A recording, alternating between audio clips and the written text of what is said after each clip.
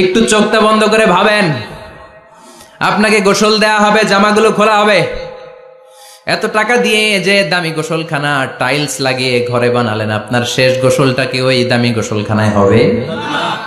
লাশ যেখানে ধোয়া হয় ওই জায়গায় ধোয়া হবে, আপনাকে কাফন পরানো হবে। আপনার কলিজার টুকরা ছোট বাচ্চাটারে বলা হবে, আব্বু দেখে যাও তোমার বাবারে শেষবারের মতো দেখো। আপনার বাবা মা শেষবারের মতো একটা নজর দিয়ে আপনার চেহারাটা দেখে নিবে। বন্ধু বান্ধবরা শেষবারের মতো একবার আপনারে দেখে নিবে, জানাজার জায়গায় নেওয়া হবে। হবে না এই ঘটনাটা আমাদের? হ্যাঁ, হবে কি না? হাজার হাজার মানুষ শেষ বিদায় দেওয়ার জন্য আসবে। 4টা তাকবীর দিয়ে ইমাম নামাজ শুরু করবে, আল্লাহু আকবার, আল্লাহু আকবার, আল্লাহু আকবার, আল্লাহু আকবার বলে নামাজ শুরু করবে। নামাজ শেষ, এবার পালকিতে করে কবরে যাওয়ার পালা। যেতেই হবে, যেতেই হবে। পালকিতে করে লোকজন নিতে শুরু করবে। কবরস্থানের ওই জায়গায় যেখানে মানুষ বছরে মানুষ না মরলে যায় না, ওই গহীন নিঝুম কবরস্থানে ঢুকানো হবে। পালঙ্ক থেকে নামিয়ে আপনার জন্য করে রাখা আগ থেকে কবরটার মধ্যে শুইয়ে দেয়া হবে। উপরে বাঁশ দিয়ে ছাউনি, শেষবারের মতো সবাই দেখে বাঁশের ছাউনির উপরে মাটি চাপা দিবে, ঠিক কিনা? চলে যাবে সবাই, কেউ নাই, অন্ধকার, শুধু অন্ধকার। এই অন্ধকার যেন শেষ হতে চায় না। সবাইকে মরতে হবে, কেউ থাকবে না। এই পৃথিবীতে প্রাণ নিয়ে যারা আগমন করার সুযোগ পেয়েছে সবাই মরবে, আজ হোক কাল, আগে হোক পরে, সবাইকে যেতে হবে। চিল্লায় বলেন ঠিক কিনা?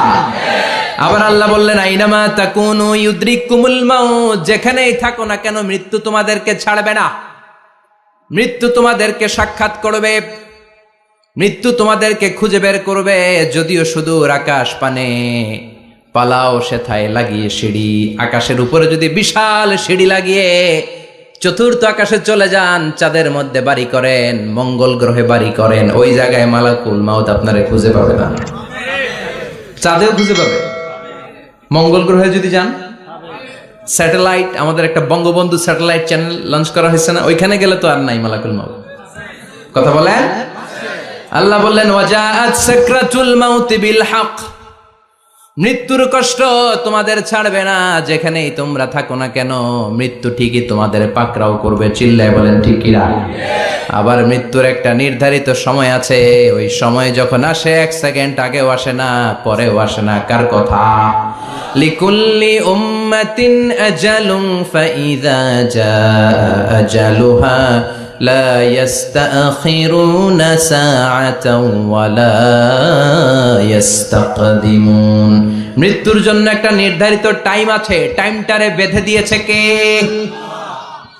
ওই টাইমটা যখন চলে আসে 1 সেকেন্ড আগেও আসে না, 1 সেকেন্ড পরেও আসে না, অন টাইম আসে। কিভাবে আসে? On time. কথা বলেন, সবাই বলেন অন টাইম। আরো জোরে বলেন, death will come on time, death never late. মৃত্যু যখন আসে অন টাইমে আসে, নির্ধারিত একটা সময় আসে, ওই সময়ের আগেও আসে না, পরেও আসে না। 1 সেকেন্ড আগেও আসবে না, পরেও আসবে না। মনে করেন আপনাকে রব্বুল আলামিন 60 বছরের হায়াত দিয়েছে, আপনার বয়স এখন 50 বছর, আরো বাকি কয় বছর? এখন গোটা বিশ্বের সবাই মিলে যদি আপনারে মারতে চায়, কিছু করতে পারবে নাকি? কথা বলেন। আবার রব্বুল আলামিন আজ রাত 12টায় আপনার হায়াত কেড়ে নেবে। মালাকুল মাউত এসে রুহু কবজ করবে। দুনিয়াতে আর থাকার কোনো পারমিশন আপনার নাই, থাকার কোনো সুযোগ নাই। গোটা বিশ্বের সবাই মিলে যদি আপনারে রাখতে চায়, রাখতে পারবে নাকি? কথা বলেন। চলে যেতে হবে। এই পৃথিবীতে আসার একটা সিস্টেম থাকে, যাওয়ার কোনো সিস্টেম নাই, ঠিক কিনা? আসার সময় আগে আসছে আমার দাদা, তারপর আমার বাবা, তারপরে আমি, তারপরে আমার ছেলে, তারপরে আমার নাতি, তারপরে তার ছেলে, ঠিক কিনা? তার মানে আসার একটা সিরিয়াল আছে, যাওয়ার কোনো সিরিয়াল আছে নাকি? কথা কন। নাকি সিস্টেম দাদা আগে আসছে, দাদাই আগে যাবে, নাতি যেতে পারবে না? কথা বলেন। দাদার আগে নাতি মরে, এরকম আছে না নাই? মায়ের আগে মেয়ে যায়, আছে না নাই? মুরব্বী বাজানেরা বেঁচে থাকে, আমাদের মতো যুবক গুলো অ্যাক্সিডেন্টে মারা যায়, আছে না নাই? আবার অসুস্থরা বেঁচে থাকে, সুস্থরা মরে যায়, আছে না নাই? হাসপাতালে রোগীগুলো বেঁচে থাকে, ডাক্তার মরে যায়, আছে না নাই? উখিয়াতে তো ডাক্তার মরে না, দিকেও ডাক্তার মরে। ওনারা না বাঁচায় মানুষরে? হ্যাঁ হ্যাঁ, আল্লাহ বাঁচায়, ডাক্তার হচ্ছে ওয়াসিলা। চিল্লা এখন ঠিক কিনা? তার মানে এই দুনিয়ার থেকে চলে যাওয়ার কোনো সিরিয়াল থাকে না, মরে যাওয়ার সিরিয়াল থাকে না, আসার একটা সিরিয়াল থাকে, যাওয়ার কোনো সিরিয়াল থাকে না। কি বলেন? জোরে বলেন। আবার চলে যাওয়ার কোনো ভরসা নাই, এক সেকেন্ডের মধ্যে সব হয়ে যায়। একটা সঙ্গীত আছে না, এক সেকেন্ডের নাই ভরসা, ভঙ্গ হবে রং তামাশা, চক্ষু বুঝিলে হায়রে দম ফুরাইলে। চিল্লায় বলেন ঠিক কিনা? এই গানের যিনি সিঙ্গার ছিলেন, আমরা তখন ছোট, ফিরোজ শাহ বা ফিরোজ শাহ নামের, এক সেকেন্ডের নাই ভরসা, ভঙ্গ হবে রং তামাশা, চক্ষু বুঝিলে হায়রে দম ফুরাইলে। এই গানটা উনি গাইতে গাইতে স্টেজে মারা গিয়েছিলেন। দেখেন নাই? মুরব্বীরা জানবেন। তার মানে মৃত্যুর গান গেতে গেতে অনেকে মৃত্যুবরণ করে, এরকম আছে না নাই? অনেকে খাওয়ার টেবিলে বসে মারা যায়, আছে না নাই? ফুটবলার ফুটবল খেলতে খেলতে মরছে, দেখেন নাই? ক্রিকেট খেলতে খেলতে মইরা যায়, আছে না নাই? রেসলিং খেলতে খেলতে মারা যায়, দেখেন নাই? হ্যাঁ, এরকম ভিডিও দেখা যায় যে প্রতিপক্ষকে রেসলিং খেলায় মারতে মারতে শেষ, এখনই জিতে যাবে, হঠাৎ করে তাকায় আছে, কিচ্ছু বোঝে না, হঠাৎ করে জমিনে উল্টে পড়ে যায়, রেফারি এসে মাটিতে বাড়ি মারে, আর লড়ে না, আছে না? রেফারি কি করে? মাটিতে বাড়ি মারে, এতক্ষণ সে জিতে যায়, এখন আর নড়েই না। তাকাতে তাকাতে দুনিয়া থেকে নাই। অনেক টেলিভিশনের নিউজ রিপোর্টার রিপোর্ট করতে করতে নাই, দম ফুরাইলে ঠুস শেষ হয়ে যায়। অনেকে অ্যাক্সিডেন্টে মরে, সড়ক দুর্ঘটনায়, অনেকে বিমান দুর্ঘটনায় মরে, আকাশে মরে না? অনেকে পানিতে ডুবে মরে, অনেকে আগুনে পুড়ে মরে, অনেকে ক্রস ফায়ারে মরে, আছে না নাই? আবার অনেকে রাত্রিবেলা বিছানায় ঘুমোতে যায়, সকালে আর ওঠে না। কত ধরনের মরণ! আল্লাহ তুমি আমাদেরকে ভালো মরণ দিও, ইমানি মরণ দিও। ইমানের পথে অবিচল থেকে আমার মরণ যেন হয়, ইমানের পথে অবিচল থেকে আমার মরণ যেন হয়। তোমারই কাছে মিনতি আমার, তোমারই কাছে মিনতি আমার, মহামহিম দয়াময়। ইমানের পথে অবিচল থেকে আমার মরণ যেন হয়। চিল্লায় পড়েন আমিন। তার মানে কে কোথায় মরবো আমরা কেউ জানি নাকি? ওমা তাদরি নাফসুম বিআইয়ি আরদিন তামুত, কোন জায়গায় মরবা, কখন মরবা কেউ আমরা জানি না, কিন্তু মরবো সবাই জানি, ঠিক কিনা? কুল্লু নাফসিন যায়িকাতুল মাউত, প্রত্যেকটি আত্মার মৃত্যুবরণ করতে হবে, এটা আমরা সবাই জানি। The most certain thing in life is death, but the most uncertain thing in our life is the time of death. এ জীবনের সবচেয়ে সুনিশ্চিত বিষয় হলো মরণ, সবচেয়ে অনিশ্চিত বিষয় হলো মরণের সময়। চিল্লা এখন ঠিক কিনা? মরবো যে আমরা সবাই জানি, কিন্তু কোথায় মরবো আমরা কেউ জানি? জানি আমরা? সবাইকেই মরতে হয়, জন্মালেই মরতে হবে, চলে যেতে হবে, থাকা যাবে না। এটাই হলো পৃথিবীর পদ্ধতি। জীবনের সবচাইতে নির্মম ঘটনা হচ্ছে মরণ, সবচাইতে ভয়ঙ্কর অভিজ্ঞতা। কোন প্রাণীর জন্য সর্বোচ্চ এবং সবচাইতে ভয়ঙ্কর অভিজ্ঞতা হচ্ছে মৃত্যু। এবং এত ভয়ঙ্কর অভিজ্ঞতা, এই অভিজ্ঞতাটা কারো কাছে শেয়ার করে যাওয়া যায় না। মরার সময় কেউ বলে যেতে পারছিল আমার মরতে এমন লাগছে, কইতে পারছে? কেমন লাগছে বলতে পারে? বলা যায় না। তার আগেই চলে যেতে হয় শৈশব, কৈশোর, যৌবন, বার্ধক্য, প্রৌঢ়ত্ব, হ্যাঁ, বয়সের ছাপ, কালো চুল দাড়ি সাদা হয়ে যাওয়া, দাড়ি চুলে শুভ্রতা, দুর্বলতা। This is the circle of life. ছোট্ট ছিলাম, বড় হলাম, সিঙ্গেল ছিলাম, ডাবল হলাম, তারপরে বাবা হলাম, তারপরে শ্বশুর হলাম, তারপরে নানা হলাম, তারপরে চলে যেতে হবে। This is the circle of life. চিল্লায় বলেন ঠিক কিনা? এই যে মুরব্বীরা, দাড়ি পাকা মুরব্বী যারা আছে, আপনারা কি মনে করছেন মায়ের পেট থেকে এরকম মুরব্বী হয়ে বেরিয়েছিল? কিরকম বের হয়েছিল? তারাও ওয়া ওয়া করেছে। এরাও ফিডার খাইতো, এই চাচারা খায় নাই? এরাও ফিডার খেত, এরাও মায়ের বুকের দুধ খেত, এরাও ছোট্ট বাচ্চাদের মতো গরমকালে পানির মধ্যে ডুবাইতো। স্কুল ফাঁকি দিয়ে বাচ্চারা ডুবায়, আছে না নাই? উখিয়াতে এরকম নাই? ছোট্ট বাচ্চা ছিল, বড় হলো, বার্ধক্যে উপনীত হলো। This is the circle of life, চলে যেতে হবে। বিশ্বনবী বললেন আমার উম্মতি মা বাইনা 60 ইলা 70, আমার উম্মতের গড় বয়স হলো 60 থেকে 70। এই উম্মতের গড় বয়স কত? 60 থেকে 70। ওয়া আকাল্লুহুম মাইয়াজুজু জালিক, অল্প কিছু মানুষ আছে যারা 70-এর বেশি হায়াত পায়। এখানে 70-এর বেশি আছেন কারা? হাত তোলেন দেখি তো। কয়জন? একজন, দুইজন, তিনজন। মাশাআল্লাহ, আল্লাহ আরো হায়াত দেখ, আল্লাহ এদেরকে আরো হায়াত দারাজ করুক। চিল্লায় বলেন আমিন। তার মানে আমার উম্মতি মা বাইনা 60 ইলা 70। বিশ্বনবী বললেন এই উম্মতের গড় বয়স 60 থেকে 70, আর 70-এর বেশি হায়াত পাবে। ওয়া আকাল্লুহুম মাইয়াজুজু যালিক, 70-এর বেশি পাবে হাতে গোনা, গুনে বের করে ফেলা যায় একজন, দুইজন, তিনজন। বাকি সব 60-এর আগে নাই। ঠুস চিল্লা এখন ঠিক কিনা? বাংলাদেশের গড় হায়াত কত মানুষের? 60। বিশ্বনবীর কথার সাথে মিলে গেছে। চিল্লায় পড়েন সুবহানাল্লাহ।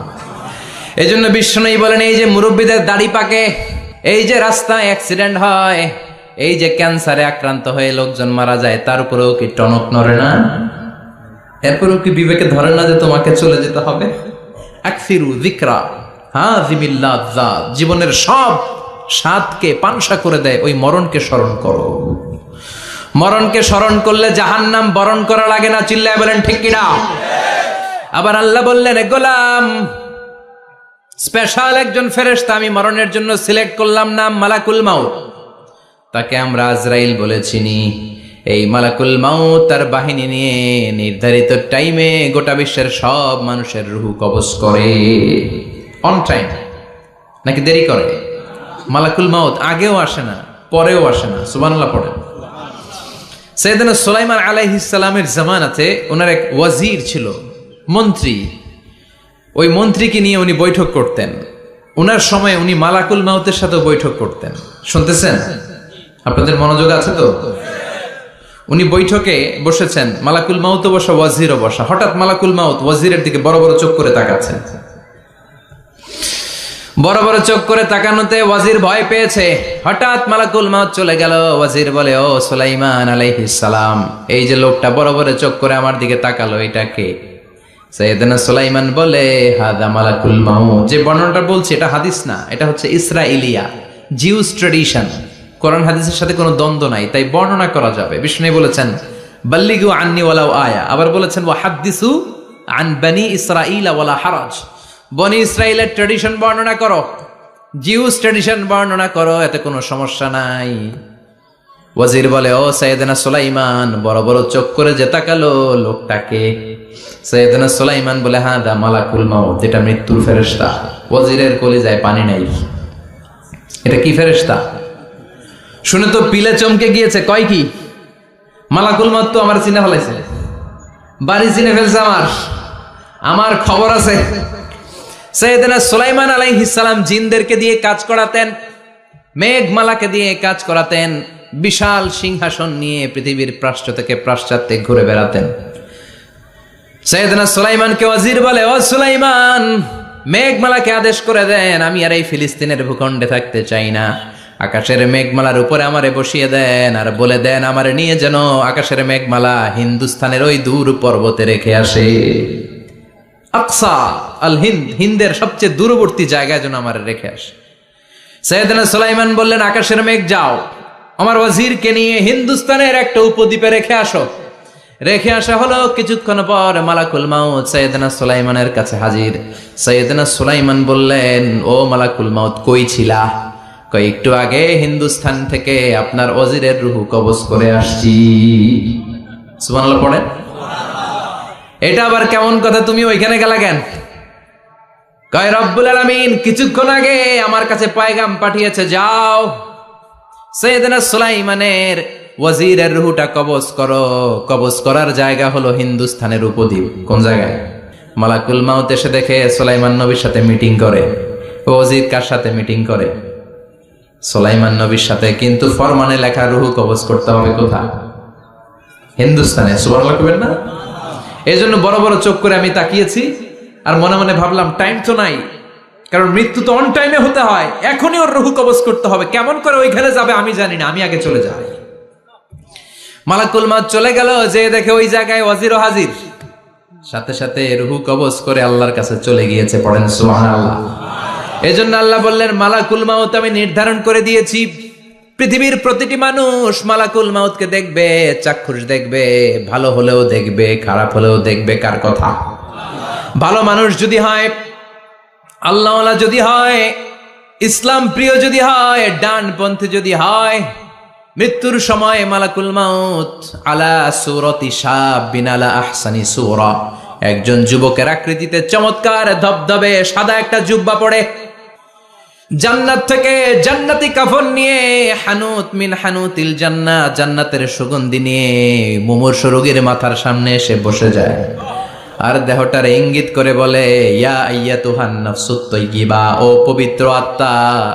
আরেক বর্ণনায় এসেছে, ইয়া আইয়াতুহান নাফসুল মুতমাইন্নাহ, ও প্রশান্ত আত্মা, উখরুজি ইলা মাগফিরাতিম মিনাল্লাহ, আল্লাহর ক্ষমার দিকে বের হয়ে আসো। উখরুজি ইলা মাগফিরাতিম মিনাল্লাহি ওয়া রিদওয়ান, আল্লাহর ক্ষমার সন্তুষ্টির দিকে রুহুটা বের হয়ে আসো। স্মুথলি বলার সাথে সাথে মুমিনের দেহ থেকে রুহুটা বের হয়ে আজরাইলের হাতে চলে যায়। স্মুথলি বলার সাথে সাথে স্বাচ্ছন্দ্যে আনন্দে মুমিনের দেহ থেকে রুহুটা সা করে বের হয়ে মালাকুল মাউতের হাতে এসে পড়ে। পড়েন সুবহানাল্লাহ। আল্লাহ এমন মৃত্যু তুমি আমাদের নসিবে রেখে দিও। চিৎকার করে পড়েন আমিন।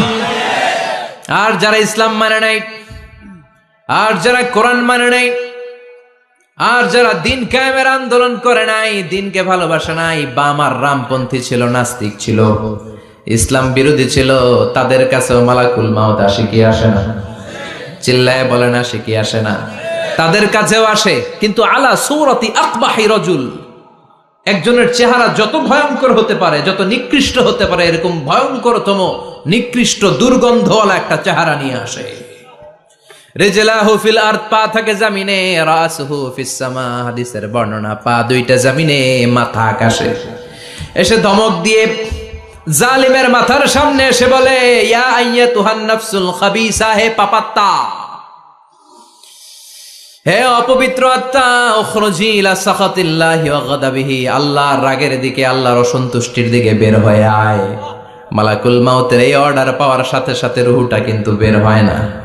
মুমিনের রুহুকে ডাক দিলে যেমনি স্মুথলি বেরোয়, কাফিরের রুহু এভাবে বেরোয় নাকি? কথা বলেন। রুহুটা ডানে যায়, ফাতাতাফাররাক, একবার রুহুটা ডানে যায়, আবার রুহুটা বায়ে যায়, আবার সামনে যায়, পায়ে যায়, হাতের মধ্যে ঢুকে ডানে বায়ে যায়। মালাকুল মাউত আবার ধমক দিয়ে বলে, ইয়া আইয়াতুহান নাফসুল খাবিসা, পাপাত্তা, বের হয়ে আয়। রুহুটা আবার ডানে যায়, বায়ে যায়, সামনে যায়, পেছনে যায়। এবার ঘপাস করে মালাকুল মাউত রুহুকে ধরে টান মারে।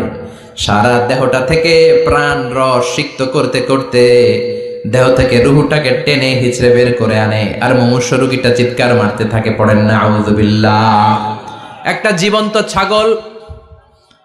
জীবন্ত ছাগলের চামড়াগুলো জবাই না দিয়ে কেউ যদি টেনে টেনে বের করে,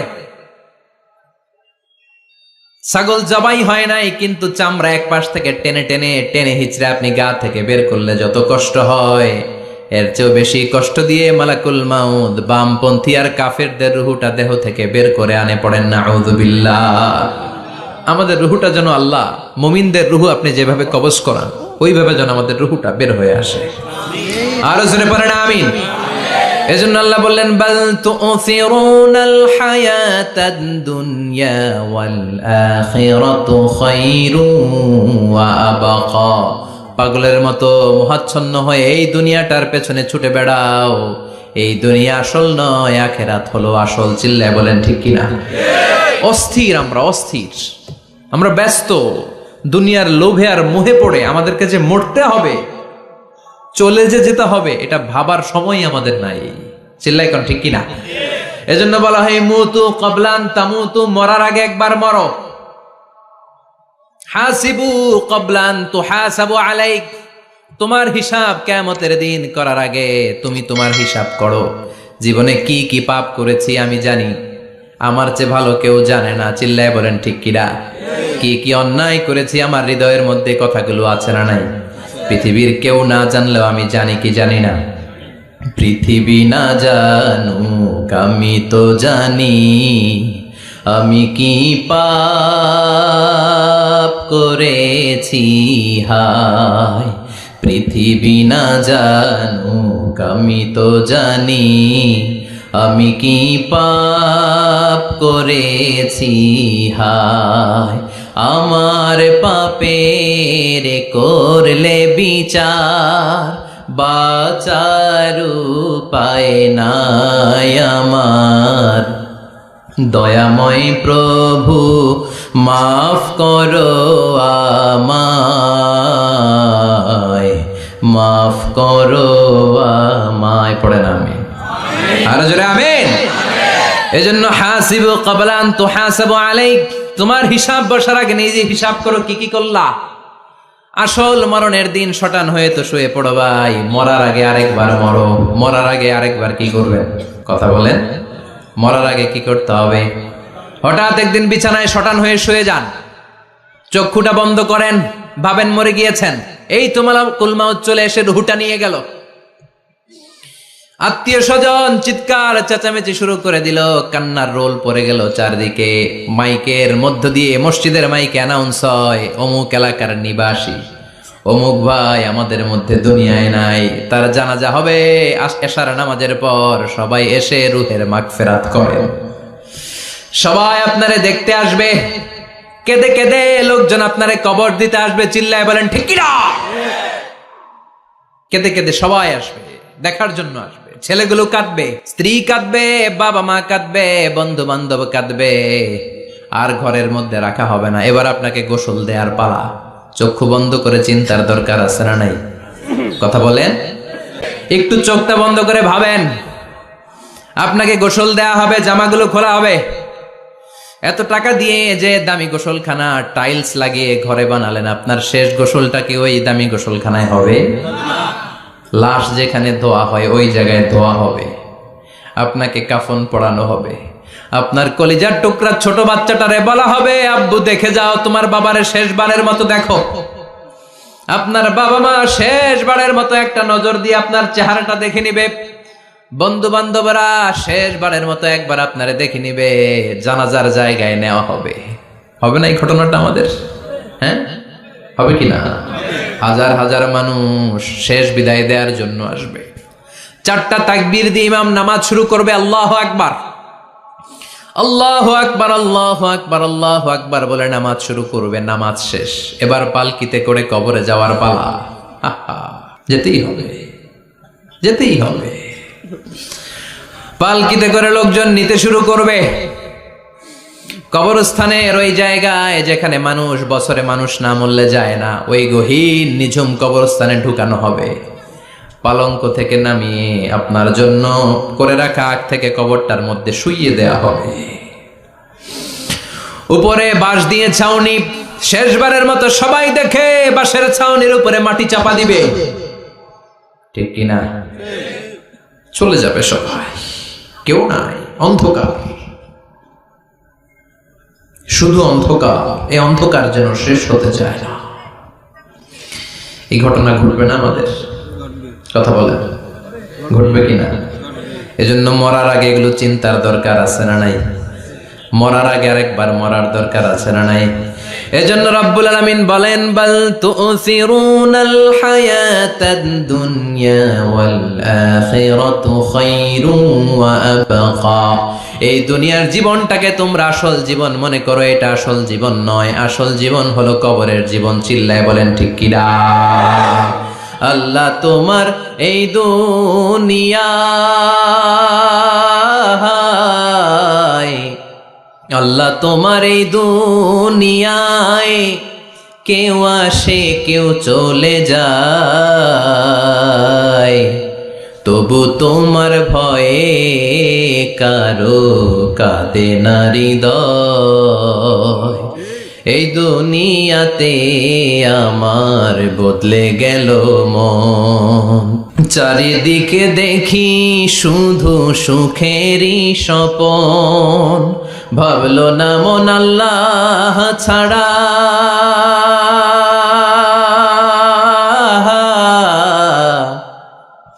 ভাবলো না মন আল্লাহ ছাড়া নেই কোনো উপায়। তবু তোমার ভয়ে কারো কাঁদে না হৃদয়। ঠিক কিনা? আসে আর চলে যায়। প্রতিদিন মাইকে অ্যানাউন্স শুনি অমুক এলাকার অমুক লোক নাই। দাদা গেল, বাবা গেল, বড় ভাই গেল, আত্মীয় স্বজন গেল, আমাকেও যেতে হবে, এই চিন্তা মাথায় নাই। চিল্লা এখন ঠিক কিনা? এজন্য লাইফটা হলো one time, one chance. Second কোনো চান্স আপনাকে দেয়া হবে নাকি? কাফেররা বলবে ইয়া রাব্বি আরেকটা সুযোগ দেন, লাউ আন্না লানা কাররা ইয়ানি মাররা। আল্লাহ আরেকটা সুযোগ যদি পেতাম দুনিয়াতে ভালো করে আসতাম। আল্লাহ বলবেন ইন্নাহা কালিমাতুন কাইলুহা, এটা শুধু তাদের মুখের কথা, তাদেরকে আবার সুযোগ দিলেও তারা কিচ্ছু করবে না। চিল্লা এখন ঠিক কিনা? এজন্য একটা চান্স আমরা পেয়েছি, এই দুনিয়ার ওয়ান চান্সে আমরা ভয় পাবো একজনকে। চিল্লায় বলেন তিনি কে? আল্লাহ। এজন্য যেতে আমাদেরকে হবে। এই মরণ থেকে পালানোর কোনো সুযোগ কেউ পালাতে পারে নাই। এই মরণ হলো আখিরাতের প্রবেশদ্বার। মরণ নামক পালকিতে চড়ে আমরা কবরের ভেতরে ঢুকি। মরণ হলো প্রথম পর্ব, কবর হলো দ্বিতীয় পর্ব। যেরকম ঠিক কিনা? এজন্য বিশ্বনবী বললেন আল কবর রাউদাতুম মিন রিয়াদিল জান্নাহ আও হুফরাতুম মিন হুফারিন নার। কবর হলো কারো জন্য জান্নাতের বাগান, কারো জন্য জাহান্নামের গর্ত। আমরা বলি আল্লাহ আমাদের কবরটারে জান্নাতের বাগান বানাও। আর জোরে পড়েন আমিন। আবার বিশ্বনবী বললেন ইন্নাল কবরা আউয়াল মানজিল মিন মানাজিলিল আখিরাহ। কবর হলো আখিরাতের মানজিলগুলোর প্রথম মানজিল। আখিরাতে একটার পরে একটা অনেকগুলো স্টেশন আপনাকে পার হতে হবে। প্রথম স্টেশনটার নাম হলো কবর। প্রথম স্টেশনের নাম কি? এই কবর নামক স্টেশনে যদি আপনি মাফ পেয়ে যান, সামনের সব স্টেশনগুলোতে মাফের ব্যবস্থা করবে কে? আল্লাহ। আর কবর নামক স্টেশনে যদি ধরা খেয়ে যান, আপনার মায়ের আছে না নাই?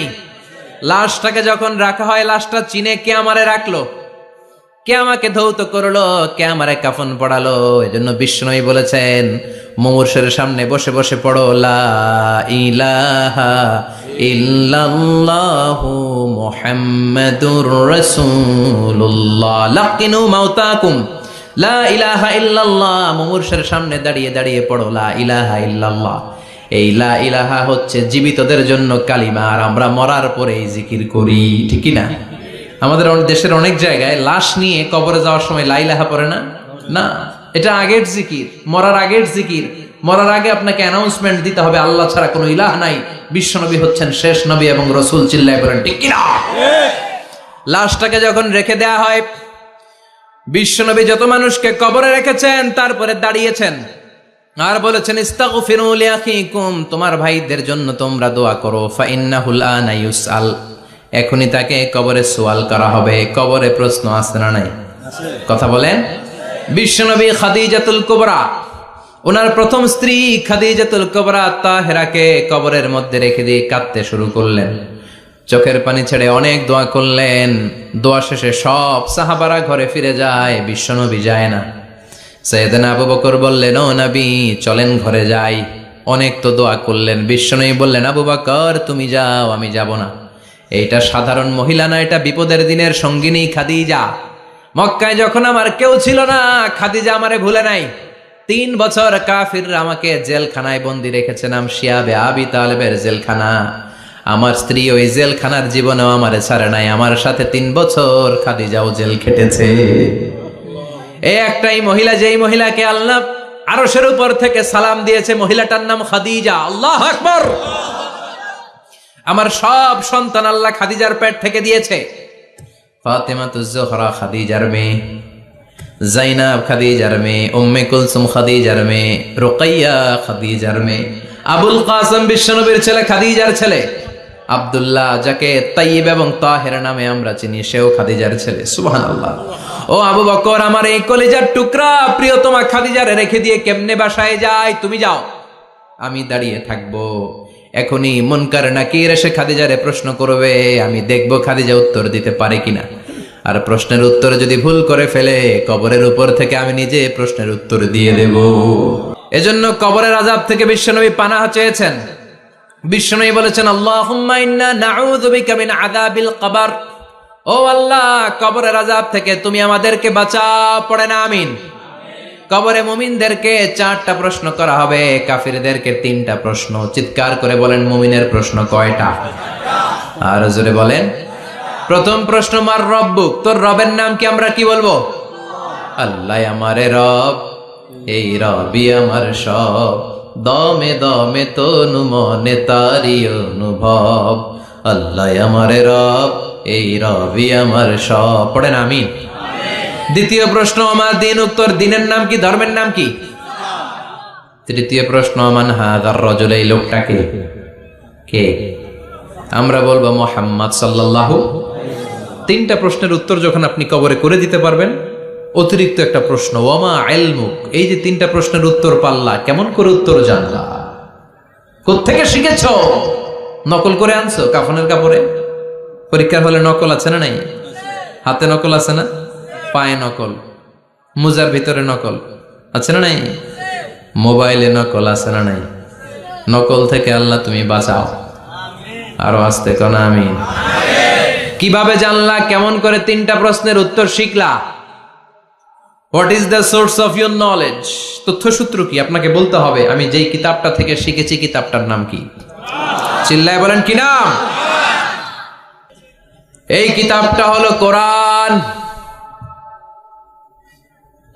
আপনাকে বলতে হবে, কোরআন থেকে আমি শিখেছি, বিশ্বনবীর হাদিস থেকে আমি শিখেছি। 4টা প্রশ্নের উত্তর যখন পারবেন, ফেরেশতারা বলবে, আহলান সাহলান, খুশ আমদেদ, কংগ্রেচুলেশন, বাহ বাহ, তুমি তো চমৎকার পেরেছো। ফায়ুফসাহু লাহু কবরুহু 70 যিরাআন, মুমিন বান্দার কবরটা 70 হাত লম্বা করে দেয়া হবে। ইফতাহু লাহু বাবুন ইলাল জান্নাহ, জান্নাতের দিকে তার কবর থেকে একটা দরজা বানিয়ে দেয়া হবে। জান্নাতের সুঘ্রাণ ঠান্ডা বাতাস এসে তার কবরের ভিতরে ঢুকতে শুরু করবে। ইউলবাসু লিবাস মিন আহলিল জান্নাহ, জান্নাতীদের পোশাক তার গায়ের মধ্যে পরিয়ে দেয়া হবে। আল্লাহু আকবার। আর বলা হবে, নাম কানাউমিল আরুস, বাসর রাতে বর যেমনি কনেকে নিয়ে ঘুমিয়ে যায়, তুমিও একটা ঘুম দাও। আলহামদুলিল্লাহ পড়ে। মুমিন বান্দা আনন্দের একটা ঘুম দিবে। ইসরাফিলের সিংগার আওয়াজ ছাড়া পৃথিবীর কোনো কিছুই তার আগে ঘুম ভাঙতে পারবে না। আল্লাহ আমরাও যেন সেদিন কবর একটা মজার ঘুম দিতে পারি, তুমি তৌফিক দাও। জোরে বলেন আমিন। এবার বামপন্থী নাস্তিক আর কাফেরদের পালা, ইসলাম বিদ্বেষীদের পালা, আলেম ওলামাদের শত্রুদের পালা, ইসলামকে যারা বিজয়ী শক্তি হিসেবে মানতে পারে নাই তাদের পালা। চিল্লায় কোন ঠিক কিনা? ওদেরকেও একই প্রশ্ন, রব কে? ওরা বলবে আমি জানি না। আমাদের উত্তর আল্লাহ। ওরা বলবে আমি কিচ্ছু জানি না, আমি সব ভুলে গেছি, আমার মাফ করে দেন, আমি কিছুই জানি না। তবে আমি ইসলাম বিরোধীদের সাথে চলতাম, যারা ইসলাম রে বাস দিত আমি তাদের সাথে স্লোগান দিতাম। এরকম ডাকাইত আছে না নাই? দ্বিতীয় প্রশ্ন, আমার দিন, ও তোমার ধর্মের নাম কি? কয় আমার ধর্ম নাই, আমার ধর্ম কর্ম নাই, আমি খালি দুনিয়া কে মজা লেলো, দুনিয়া তোমারই হ্যায়, আমি খালি দুম্মা চলে দুম। আছে না নাই? আমি শুধু মৌজ মাস্তিতে ব্যস্ত ছিলাম, আমার দুনিয়া নাই, দিন নাই, আখেরাত নাই, রবকে আমি জানি না, ধর্মকে জানি না। ইসলাম বিরোধী রাজনীতি আমি করতাম, মাও সেতুংয়ের রাজনীতি, কার্ল মার্কসের রাজনীতি, বুশের রাজনীতি, ডোনাল্ড ট্রাম্পের রাজনীতি, বামপন্থীদের রাজনীতি। চিল্লা এখন ঠিক কিনা? কোনো ধর্ম নাই। এই লোকটাকে চিনো কিনা বলো? বিশ্বনবীর চেহারা দেখিয়ে বলা হবে এই লোকটাকে, কয় জানি না। এরে আমি মানতাম না, এরে আমি গালে দিতাম। এরকম জাহান্নামের নরকীট আর পিতৃ পরিচয়হীন জারদ সন্তান বাংলার দেশেও আছে না নাই? এই মহামানবটাকে গালি দিয়ে পৈশাচিক আনন্দ পায়। পত্রিকায় লিখে, ব্লগের মধ্যে লিখে, ইন্টারনেটে কার্টুন বানিয়ে বানিয়ে পৈশাচিক ফুর্তি করে। এগুলো জাহান্নামের কীট, এগুলো জারদ সন্তান, বাপ মায়ের ঠিক নাই। চিল্লায় এখন ঠিক কিনা? আমার নবীরে যারা গালি দেয় এগুলোর বাপ মায়ের ঠিক আছে? এগুলোর কোনো গোড়া আছে? এগুলোর কোনো শেকড় আছে? এগুলো আগাছা। চিৎকার করে বলো ঠিক কিনা। বলবে আমি জানি না। ফেরেশতারা বলবে দাঁড়া, আমরা জানি। তোর সাথে কেমন আচরণ করতে হবে আমাদেরকে ট্রেনিং দিয়েছে কে? এবার শুরু হবে মাইর। কি শুরু হবে? কথা বলেন, মাইর। ফায়ুদরাবু বিমা তারিকা মিন হাদিদ, লোহার হ্যামার দিয়ে শুরু হবে মাইর। এক একটা হ্যামারের বাড়িতে মাথাটা ফেটে চূর্ণ বিচূর্ণ হয়ে যাবে, দেহটা জামিনের ভেতরে 70 গজ দেবে যাবে, ওর চিৎকারে কবরস্থানটাও থারথার করে কাঁপবে। আবার জামিনকে বলা হবে ইলতাইমি, চাপা দে। জামিনে ঢুকে যাওয়ার পরে জামিনের এপাশ থেকে একটা চাপা, মাটি চাপা, বাম দিক থেকে মাটি চাপা, 2 চাপায় ডান দিকের পাজর বায়ে চলে যাবে, বাম দিকের পাজর ডানে চলে আসবে। ওর চিৎকারে কবরস্থানটা থারথার করে কাঁপবে। আল্লাহ, এই ধরনের পরিস্থিতি থেকে তুমি আমাদেরকে বাঁচাও। আরো চিৎকার করে বলেন আমিন। এজন্য কবরের এই প্রস্তুতি নেওয়ার দরকার আছে না নাই? কোরআনের পক্ষে থাকার দরকার আছে না নাই? ইসলামের পক্ষে থাকার দরকার আছে না নাই? ইসলামী আন্দোলনের সাথে থাকার দরকার আছে না নাই? ইসলামের বিজয় চাওয়ার দরকার আছে না নাই? যে লোক ইসলামের বিজয় চায় না, যে লোক চায় না ইসলাম দিয়ে দেশ শাসিত হোক, যে লোক চায় না কোরআনটা সংসদ ভবনে নেতৃত্ব দেয়, তার অন্তরে ঈমান থাকতে পারে নাকি? চিল্লায় বলেন পারে? যে ঈমান প্রয়োজনে জ্বলে ওঠে না, যে ঈমান সত্যনের কথা বলে না, যে ঈমান প্রয়োজনে জ্বলে ওঠে না, যে ঈমান সত্য ন্যায়ের কথা বলে না, যে ঈমান বাস্তবে নাই, যে ঈমান অন্তরে নাই, মুখে শুধু ফাঁকা বলি, কি করে তারে বলো ঈমানে বলি, কি করে তারে বলো ঈমানে বলি, কি করে তারে বলো ঈমানে বলি। ঠিক কি না? যে ঈমান দিন কায়েমের আন্দোলনের ধার ধারে না, যে ঈমান লেবাসধারী কোরআন হাদিস তাও পড়ে না, যে ঈমান খাজার নামে মাজার করে ফুলুস কামাই, আছে না নাই?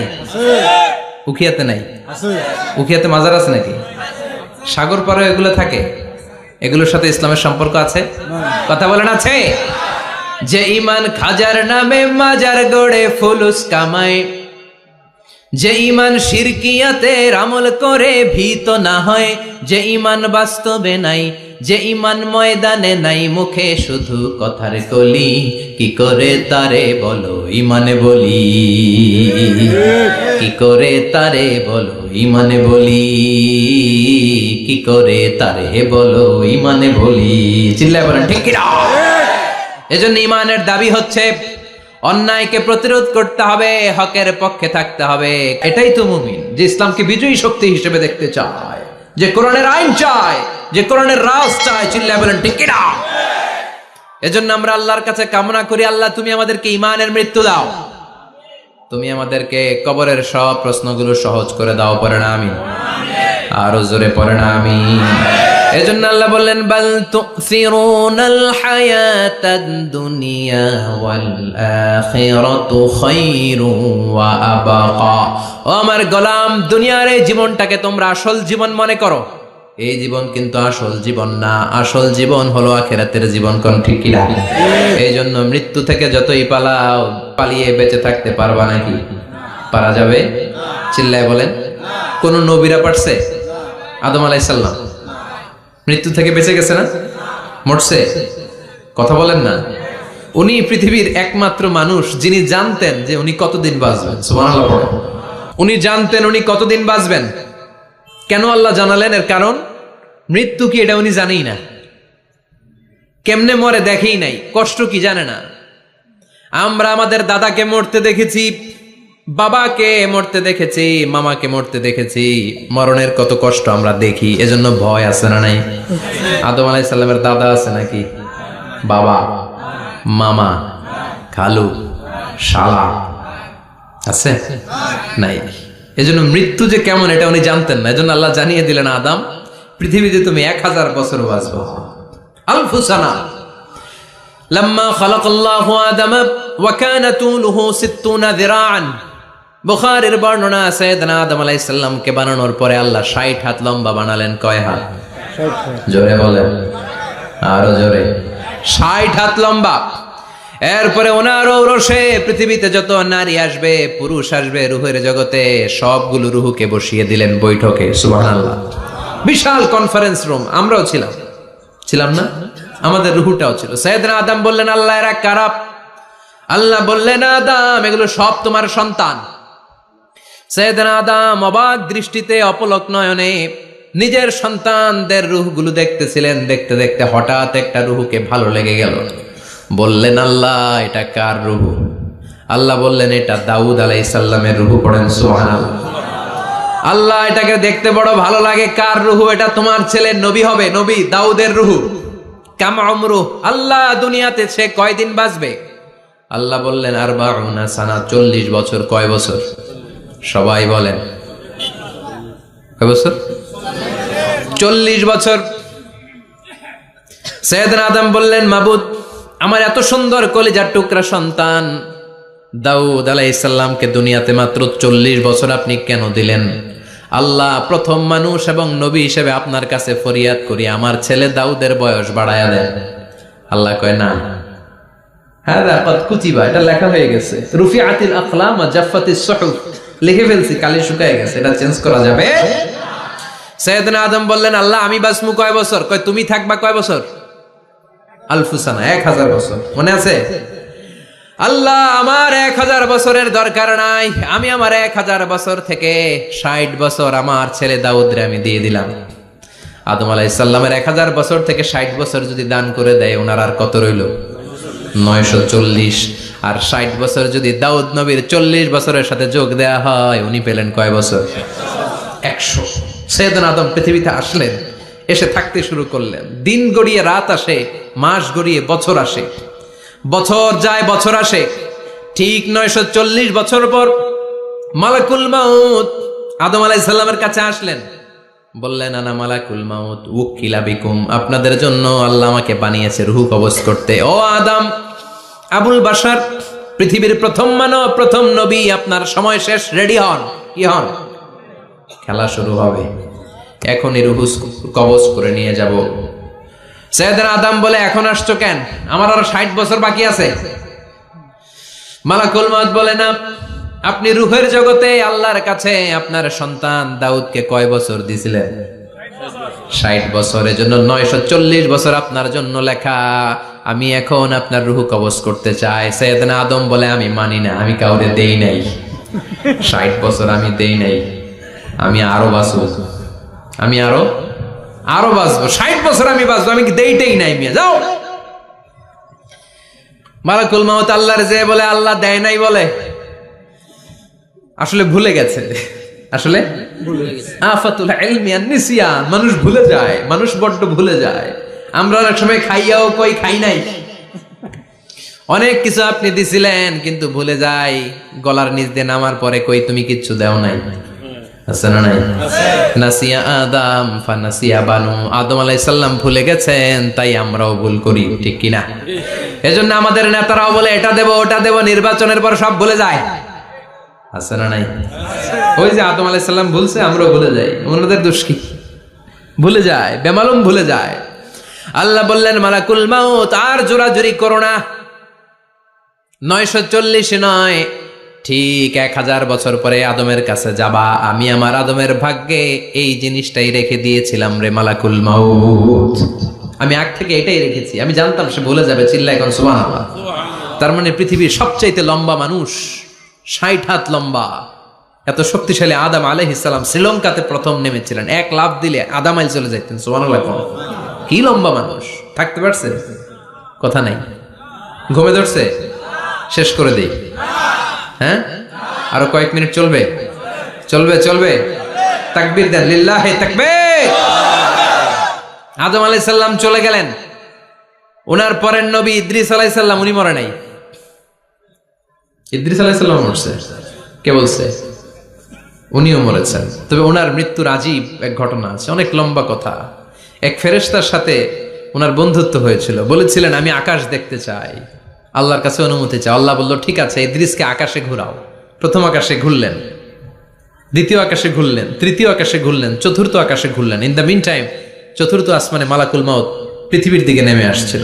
ওই ফেরেশতা বলে মালাকুল মাউত আপনি কই যান? মালাকুল মাউত বলে একটু আগে আল্লাহ ফরমান জারি করেছে চতুর্থ আসমানে আমার নবী ইদ্রিসের রূহ কবজ করো। সুবহানাল্লাহ। আমি বললাম আল্লাহ আপনার পাঠানো নবী সৈয়দনা ইদ্রিস থাকে দুনিয়ায়, চতুর্থ আসমানে পামু কই? আল্লাহ কয় কথা নাই, দৌড় দে। আমি দৌড় দিলাম, এসে দেখি ইদ্রিস আলাইহিস সালাম এখানে রেডি। সুবহানাল্লাহ। ওয়া রাফা'নাহু মাকানান আলিয়্যা।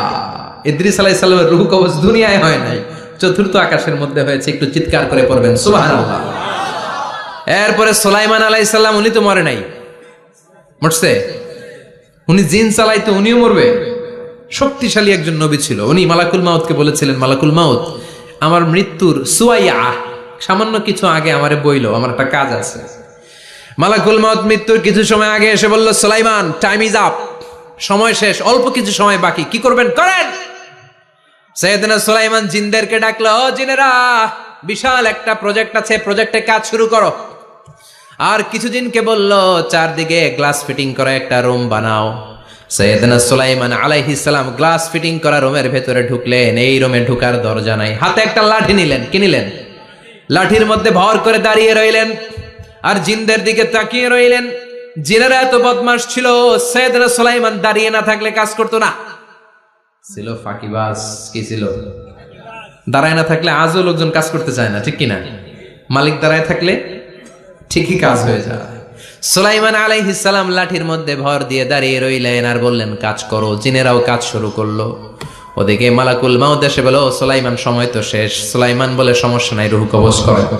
উনি লাঠির মধ্যে ভর দিয়ে দাঁড়িয়ে রইলেন। গ্লাস ফিটিং করা রুমের ভিতরে কোরআন সাক্ষী। মালাকুল মাউত ওইভাবে লাঠিতে ভর দেওয়া অবস্থায়, দাঁড়ানো অবস্থায় সাইয়েদনা সুলাইমান আলাইহিস সালামের রূহ কবজ করে নিলেন। উনি এমন ভাবে দাঁড়িয়েছেন, রূহ চলে গেল, লাশ হয়ে দাঁড়িয়ে রইলেন। লাঠির মধ্যে দাঁড়িয়ে আছেন, জমিনের মধ্যে লুটিয়ে পড়ে নাই। সুবহানাল্লাহ। জিনগুলো দূর থেকে ভাবলো বস তো দাঁড়ায় আছে। কে দাঁড়ায় আছে? জিনেরা মনে করছে বস দাঁড়ায় আছে, কাজ করতে হবে। করতে করতে পুরা প্রজেক্টের কাজ শেষ। ইন দ্য মিন টাইম ঝিঝি পোকা, উই পোকা, যেই পোকা কাঠ খেয়ে ফেলে, এই কাঠ খাওয়ার পোকা সুলাইমান আলাইহিস সালাম লাঠির ভেতরে ঢুকে লাঠিও খেয়ে ফেলেছে। সাইয়েদনা সুলাইমান আলাইহিস সালাম ধপাস করে জমিনে পড়েছে। আর জিনেরা কয় হায় হায়, খালি খালি কাম করছে এতদিন। সুবহানাল্লাহ কইবেন না? সুলাইমান আলাইহিস সালাম বাঁচতে পারে নাই, চলে গেলেন। মুসা আলাইহিস সালাম মরছে? উনি মরবে কেন? উনি তো খালি মারে। মরছে? এক থাপ্পড়ে ফেরাউনের বাবুর্চি নাই। মুখের আগে হাত চলতে কয়েকজন, এর মধ্যে মুসা আলাইহিস সালাম আছে না নাই? মালাকুল মাউত মানুষের আকৃতিতে অনুমতি না নিয়ে ঘরের ভেতরে ঢুকে গেল। ঢুকে বলে আনা মালাকুল মাউত, আমি মৃত্যুর ফেরেশতা। তো কি চাও?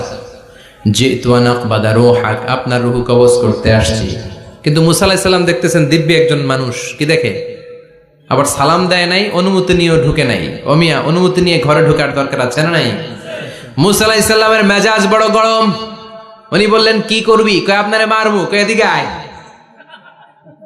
মালাকুল মাউত মনে মনে ভাবে এতদিন সব মানুষগুলো আমারে দেখলে দিত দৌড়, আজকে মনে হয় আমারে দিতে হবে দৌড়। এক পা গায়ে দুই পা পেছায় সাহস করে সামনে গেলেন। আবার মুসা আলাইহিস সালাম দিলেন এরকম থাপ্পড়। ফাসাক্কাহু ফাফাকু আইনা, বুখারীর বর্ণনা, এক থাপ্পড়ে চোখ নাই। ঠিকই মালাকুল মাউত দৌড়, এক দৌড়ে আল্লাহর কাছে। আল্লাহ বললেন রাখো, এটা মুসা আলাইহিস সালাম, তার মেজাজ বড্ড গরম, আমাকে কথা বলতে হবে। আল্লাহ বললেন মুসা, বুখারীর বর্ণনা, গরুর পিঠের উপর হাত রেখে দাও। রাখা হলো। তোমার হাতের নিচে গরুর যত পশম, প্রত্যেক পশমের বিনিময়ে এক এক বছর করে হায়াত বাড়িয়ে দিলাম। মুসা আলাইহিস সালাম অনেক চালাক নবী। উনি বললেন আল্লাহ আমার হাতের নিচে যদি গরুর 2000 পশম থাকে, তার মানে 2000 বছর হায়াত বাড়িয়ে দিলেন। কিন্তু এক্সট্রা হায়াত যখন শেষ হয়ে যাবে এরপরে কি হবে? আগে ওইটা বলেন। আল্লাহ বললেন সুম্মাল মাউত, তারপরে তো মুসা মরতেই হবে, আসতেই হবে। সাইয়েদনা মুসা আলাইহিস সালাম বললেন ফাল আনা, তাহলে আর দেরির দরকার নাই, এখনই আমি আপনার কাছে চলে যেতে চাই। মালাকুল মাউত মুসা আলাইহিস সালামের রূহ নিয়ে উড়াল দিলেন। সুবহানাল্লাহ। বাঁচতে পারছে? বিশ্বনবী মরে নাই, উনি ইন্তেকাল করেছেন। চিল্লায় এখন ঠিক কিনা? ইন্তেকালের আগে বিশ্বনবী প্রচন্ড অসুস্থ হলেন। মা আয়েশারে ডেকে বললেন, আয়েশা, মনে হয় আমি বাঁচব না। ওই যে খায়বার বিজয়ের দিন, খায়বার দুর্গ বিজয় করার পরে এক ইহুদি মহিলা আমার দাওয়াত দিয়েছিল। ওই দাওয়াত খেতে যাওয়ার পরে গোশতের মধ্যে বিষ মাখানো হয়েছিল রে আয়েশা। ওই বিষ মাখানো খাসির গোশত খেয়ে যে ব্যথা আমার পেটে উঠেছিল, আজ আবার সেই ব্যথা উঠেছে। বিশ্বনবী ওই বিষ খাওয়ানো গোশতের কারণে ইন্তেকাল করেছেন। তার মানে বিশ্বনবী শাহীদ। জামা আল্লাহু বাইনা নবুওয়া ওয়া শাহাদা। আল্লাহ বিশ্বনবীকে শুধু নবী বানায় নাই, শহীদ হিসেবেও কবুল করেছে। সুবহানাল্লাহ কইবেন না? প্রচন্ড অসুস্থ, উনি ছাড়া মসজিদে নববীতে কেউ ইমামতি করার সাহস পায় না। বিশ্বনবী বললেন, আবু বকর তুমি যাও। আবু বকরও যায় না। বিশ্বনবী বললেন, পানি আনো। বিশ্বনবী পানি দিয়ে ওযু করলেন। ওযু করে কয়েকজন সাহাবীকে ধরে উঠতে চাইলেন, আবার ধপাস করে বেহুশ হয়ে পড়ে যায়। বিশ্বনবী উঠতে পারে না। আবার বললেন, ঠান্ডা পানি আনো। পানির ভেতরে বিশ্বনবী 2 হাত ঢুকিয়ে দিয়ে ঠান্ডা ভিজা হাত দিয়ে চেহারার মধ্যে মাসে করলেন আর বললেন, ইন্নালিল মাউতিলা সাকারাত। হায়রে মৃত্যুর কি যন্ত্রণা, হায়রে মৃত্যুর যে কি কষ্ট। ও মিয়া, বিশ্বনবী যদি মৃত্যুর কষ্টে কাতরায়, আমাদের অবস্থা কি? আমাদের নসিবে কি আছে? আল্লাহ তুমি বাঁচাও, পড়ে না আমি। বিশ্বনবী কাঁদছেন, সাহাবারা একের পর এক দেখতে আসে। কান্নার রোল পড়ে গেল চারদিকে। বিশ্বনবীর কলিজার টুকরা নয়নের পুটুলি সাইয়্যিদাতুনা ফাতিমা বিশ্বনবীর কান্না সহ্য করতে পারে না। বিশ্বনবীকে ধরে সাইয়্যিদাতুনা ফাতিমা কান্নাকাটি শুরু করে দিলেন আর বললেন, ওয়া কুরবাবা, ওয়া কুরবাবা, হায় হায় আমার বাবার কি কষ্ট, আমার বাবার কি কষ্ট হচ্ছে। বিশ্বনবী বললেন, ফাতেমা তুমি কেঁদো না, আমার কষ্ট আজকের পরে আর থাকবে না। আজকে তোর বাবার সব কষ্ট বন্ধ হয়ে যাবে। কি যেন কানে কানে বললেন, ফাতেমা আরো কেঁদে দিল। আবার কানে কানে কি যেন বললেন, ফাতেমা হেসে দিল। বিশ্বনবীর ইন্তেকালের অনেক পর মা আয়েশার কাছে ফাতেমা বললেন, আমি যখন প্রথমে কেঁদেছিলাম আব্বা বলেছিল আমি আর বাঁচবো না রে ফাতেমা। আবার কানে কানে একটা কথা বলার পরে হেসেছিলাম, আব্বা বলেছিল আমার পরে আমার পরিবার বর্গের মধ্য থেকে সর্বপ্রথম তোমার সাথে আমার দেখা হয়ে যাবে রে ফাতেমা। অল্প কয়েক মাসের ব্যবধানে সাইয়্যিদাতুনা ফাতেমা উনিও ইন্তেকাল করলেন। বিশ্বনবী শোয়া থেকে উঠতে পারে না। এক সাহাবীকে দেখলেন মেসওয়াক করছে। বিশ্বনবী মেসওয়াকের দিকে তাকিয়ে রইলেন। বিশ্বনবীর নিথর দেহটা পড়ে আছে। আয়েশারা যে বলবে আয়েশা মেসওয়াক দাও, বলতে পারে না। মা আয়েশা বুঝতে পেরে মেসওয়াক আনলেন, বিশ্বনবীকে মেসওয়াক করিয়ে দিলেন। এবার বিশ্বনবী বললেন, ও আবু বকর শোনো, আল্লাহ আমাকে অপশন দিয়েছে। কি দিয়েছে? আল্লাহ বলেছে নবী আজীবন থাকতে চাইলে থাকেন, আর আসতে চাইলে চলে আসেন। আমি থাকতে না চেয়ে আল্লাহর কাছে চলে যাওয়ার ইচ্ছা করলাম। সাইয়েদনা আবু বকর কান্না জুড়ে দিলেন। বিশ্বনবী বললেন, আসসালাত আসসালাত, ও আমার উম্মতেরা নামাজ তরক করো না। ইন্তেকালের আগে বললেন নামাজ ছেড়ে দিও না। আর বললেন, ওয়ামা মালাকাত আইমানুকুম, তোমাদের অধীনস্থ কর্মচারীদের সাথে খারাপ আচরণ করো না। ঘাম শুকানোর আগে পয়সা দিয়ে দিও। আর হাত দুটো উঁচু করে বললেন, আল্লাহুম্মা ইলার রাফিকিল আ'লা, ও আল্লাহ আমি আপনার কাছে যেতে চাই। এই কথাটা বলে বিশ্বনবীর হাত দুইটা ধপাস করে জমিনে পড়ে গেল। বিশ্বনবীও চলে গেলেন। থাকতে পেরেছে কেউ? চিল্লায় বলেন। এজন্য আমরা আল্লাহর কাছে ঈমানি মৃত্যু চাই। কি মৃত্যু? আমরা উত্তম মৃত্যু চাই। চিল্লায় বলেন কি মৃত্যু? এজন্য মরণের আগে ঈমান নিয়ে মরার দরকার আছে না নাই? বিশ্বনবী দোয়া করতেন, আল্লাহুম্মা রযুকনা হুসনাল খাওয়াতিম, ও আল্লাহ আমাদের শেষটা যেন ভালো হয়। শেষ কথা বলি, এদিকে তাকা, মনোযোগ আছে? বলতেন, আল্লাহুম্মা রযুকনা হুসনাল খাওয়াতিম, ও আল্লাহ আপনি আমাদেরকে ঈমানের মৃত্যু দেন, আমাদের শেষটা ভালো করেন। কারণ সব ভালো তার শেষ ভালো। জানেন না এটা আপনারা? সব ভালো তার শেষ ভালো। আজীবন ইসলামের পক্ষে, আজীবন নামাজি মুত্তাকি, মরার আগে কাফের হয়ে মরে, এরকম আছে না নাই? আবার আজীবন কাফের, ইসলামের বিরোধী, ইন্তেকালের আগে কালিমা পড়ে সব মাফ করায়, আছে না নাই? বিশ্বনবীর শ্বশুর আবু সুফিয়ান, নাম শুনছেন? বদরের যুদ্ধে বিশ্বনবীর বিরুদ্ধে, মক্কায় বিশ্বনবীর ঘুমাতে দেয় নাই, উহুদের যুদ্ধে বিশ্বনবীর সাথে ফাইট, খন্দকের যুদ্ধে বিশ্বনবীর সাথে মারামারি, আহজাবের যুদ্ধে কিলাকিলি, সারাটা জীবন বিশ্বনবীর সাথে মারামারি, মক্কা বিজয় কালিমা পড়ে মুসলমান হয়েছে। গোটা জীবনে যা অন্যায় করেছে সব মাফ করে দিয়েছে কে? এজন্য আমরা আল্লাহরে বলি, আল্লাহ কালিমাটা পড়তে পড়তে যেন আমরা মরতে পারি, চিৎকার করে পড়ে না আমিন। জিহাদের ময়দানে এক সাহাবা যুদ্ধ করতে লাগলেন। বুখারীর বর্ণনা, যুদ্ধ করতে করতে কাফেরদেরকে মারতে মারতে, হাদিসের ভাষ্য লা ফাযা ওয়ালা শাযা ইল্লা ইয়াদরিবুহা বিসাইফি, তার সামনে যত কাফের আসে সে কচুকাটা করে। অন্য সাহাবীরা খুশি হয়ে যায়, অন্য সাহাবীরা বলে আজকের সব সওয়াব এই সাহাবী পেয়ে যাবে। কিন্তু বিশ্বনবী হঠাৎ করে একটা কথা বললেন, ওই কথা শুনে সাহাবীরা অবাক। বিশ্বনবী বললেন হুয়া ফিন্নার, ও জাহান্নামে যাবে। কই যাবে? জিহাদের ময়দানে এক মুজাহিদ সাহাবী কাফিরদেরকে মেরে শেষ, কিন্তু বিশ্বনবী বললেন কই যাবে? কথা কয় না। এক সাহাবী কয় ঘটনা কি? এত বড় মুজাহিদ ফি সাবিলিল্লাহ কেন জাহান্নামে যাবে? আমি লুকিয়ে লুকিয়ে দেখি। লুকিয়ে লুকিয়ে ওই সাহাবী দেখে মুজাহিদ সাহাবী যুদ্ধ করতে করতে কাফিরদের বিশাল একটা ঘাটির ভেতরে ঢুকে গেল। মারতে মারতে মারতে মারতে হঠাৎ এক কাফেরের আঘাতে এই মুজাহিদ সাহাবীর ডান হাতটা কাটা পড়ে গেল। এবার ডান হাত দিয়ে ফিনকি দিয়ে রক্ত বের হতে শুরু করলো। মুজাহিদ সাহাবী আর যন্ত্রণা সহ্য করতে পারে না। যন্ত্রণা সহ্য করতে না পেরে কাতরাতে কাতরাতে নিজের হাতের ছুরিটাকে জমিনের মধ্যে গেড়ে দিয়ে ছুরির উপরে ঝাঁপিয়ে পড়লো। পেটের এই দিক দিয়ে ঢুকে ওপাশ দিয়ে বের হয়ে গেল, এফার ওফার হয়ে গেল, মানে আত্মহত্যা করলো। ঠিক কি না? জাহান্নামী না? কথা কয়। লুকিয়ে লুকিয়ে যে সাহাবা দেখেছে চিৎকার দিয়ে বিশ্বনবীর কাছে যেয়ে বলে আশহাদু আন্নাকা রাসূলুল্লাহ, ও নবী আপনি যে আসল নবী, কোনো সন্দেহ নাই, আমি লুকিয়ে লুকিয়ে দেখেছি। ওই মুজাহিদ সাহাবা বেঁচে নাই, সে কাফেরের আঘাতে শহীদ হয় নাই, নিজের পেটে নিজে ছুরি ঢুকিয়ে আত্মহত্যা করেছে। আজীবন বিশ্বনবীর সাথী, মরার আগে জাহান্নামী। আমরা কেউ জানি না আমাদের শেষটা কেমন হবে, এজন্য আমাদের শেষটা ভালো হোক। ভেরি সেন্সিটিভ ইস্যু, আমাদের শেষটা ইমানের হোক। এখন যেমনি মাথা ঠিক আছে, বুদ্ধিমত্তার সাথে শাহাদাত বাক্যের উপর যেন আমরা মরতে পারি, আমরা পড়ি আমিন। চিল্লায় পড়ে না।